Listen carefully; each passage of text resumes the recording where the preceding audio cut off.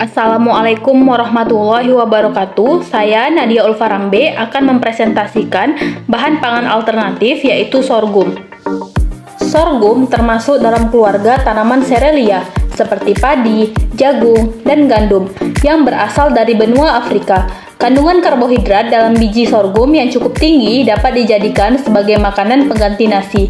Beberapa varietas sorghum terus dikembangkan untuk memperluas jangkauan tanam, lebih tahan penyakit, dan hasil panennya lebih optimal. Sorghum bahan pangan masa depan. Tanaman sorghum merupakan salah satu tanaman sumber pangan yang sangat berpotensi dikembangkan di Indonesia dan dapat menjadi salah satu solusi dari permasalahan krisis pangan. Sebagai bahan pangan, sorghum berada pada urutan kelima setelah gandum, jagung, padi, dan jelai. Sorghum mempunyai daya adaptasi tinggi dan dapat tumbuh di hampir semua jenis tanah di Indonesia. Dengan demikian, sorghum dapat dijadikan sebagai salah satu tanaman pangan alternatif di masa depan yang mempunyai banyak manfaat untuk memenuhi kebutuhan pangan Indonesia. Selanjutnya, syarat tumbuh. Suhu optimal untuk perkecambahan yaitu sekitar 32-37 derajat Celcius. Suhu optimal untuk pembentukan malai yaitu sekitar 26-27 derajat Celcius. Dapat tumbuh di berbagai jenis tanah seperti tanah mengandung salinitas. Sorghum dapat tumbuh pada ketinggian 0-500 mdpl. Curah hujan yang diperlukan sekitar 375-425 mm per tahun. Suhu optimum untuk pertumbuhan sekitar 23-30 derajat Celcius. Suhu tanah sekitar 25 derajat Celcius. Kelembapan relatif yang baik yaitu sekitar 20 hingga 40%.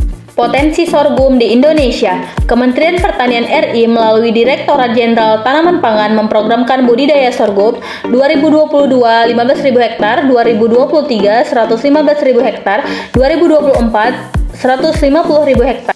Daerah penghasil sorghum di Indonesia. Sorghum sudah banyak dibudidayakan di Indonesia sejak 1970. Terdapat belasan ribu hektar lahan sorghum yang tersebar di beberapa daerah, bisa kita lihat pada peta tersebut. Keunggulan sorghum dapat ditanam pada musim kemarau sebagai alternatif beras, dapat dipanen berkali-kali, tidak mengandung gluten seperti tanaman serealia lainnya. Tepung sorghum memiliki kadar serat, lemak, abu, dan pati yang lebih tinggi dibandingkan dengan tepung terigu.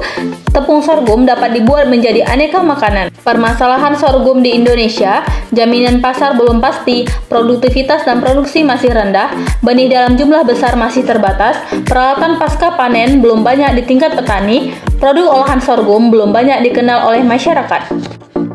3 jenis varietas sorghum yang dikembangkan yaitu sorghum biji, sorghum biomasa, dan juga sorghum manis. Pengembangan varietas unggul sorghum batan mulai dari persiapan benih hingga pengembangan oleh mitra atau industri. Beberapa varietas unggul di Indonesia yaitu Kawali, Numbu, Super 1, Super 2, Suri 3 Agritan, Suri 4 Agritan, dan Bioguma 1 Agritan. Nah, bisa kita lihat varietas unggul Kawali umur panennya 100-110 hari. Keunggulannya tahan rebah, tahan penyakit kara dan bercak daun, agak tahan hama apis, dapat ditanam di lahan sawah dan tagelan. Sorghum, makanan pengganti nasi kaya akan nutrisi, dapat mengatasi stunting, rendah kandungan gula, bergizi, dapat diolah menjadi etanol, gula, dan sirup, kandungan serat yang tinggi, dan juga kandungan protein, vitamin, dan mineralnya lebih tinggi daripada beras. Perbandingan kandungan nutrisi sorghum dan beras. Dari tabel tersebut dapat kita simpulkan bahwa kandungan protein, serat, kalsium, fosfor, dan zat besi sorghum lebih banyak dari beras padi. Selanjutnya, kandungan lemak dan gula pada sorghum lebih rendah dari beras.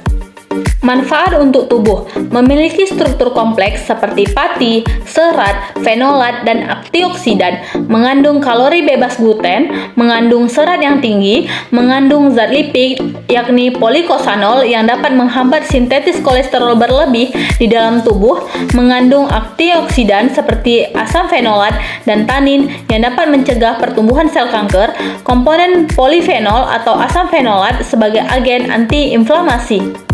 5 olahan dari sorghum, ada salad sorghum, nasi goreng sorghum, cookies sorghum, sirup sorghum, dan juga roti sorghum.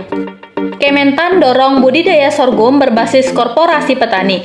Korporasi petani adalah model bisnis yang dikembangkan Kementan untuk meningkatkan kesejahteraan petani, membudidayakan tanaman sorghum di areal seluas 50 hektar dengan petani binaan 200 orang.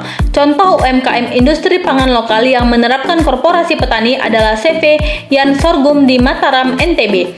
Produk yang dijual ialah beras sorghum, tepung sorghum, gula cair sorghum, kue kering, minuman kesehatan sorghum, dan masih banyak lagi.